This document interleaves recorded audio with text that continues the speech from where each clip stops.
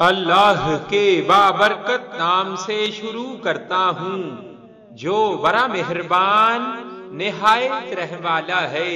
اور درود لا محدود حضور صلی اللہ علیہ وآلہ وسلم کی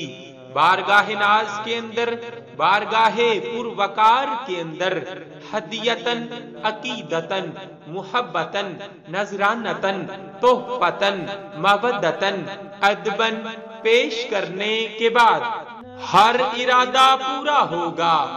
حدیث قدسی ہے کہ اللہ تعالیٰ نے فرمایا،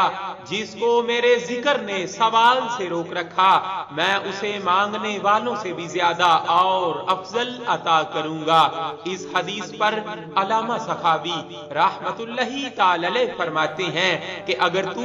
نبی کریم صلی اللہ علیہ وآلہ وسلم پر درود بھیجنے کو عظیم عبادت سمجھ لے گا تو اللہ تعالیٰ تیرے دنیا و آخرت کے ہر غم و علم کے لیے کافی ہوگا اور تیرے ہر ارادے کو پورا کرے گا۔ صلی اللہ علیہ وآلہ وسلم۔ صلی اللہ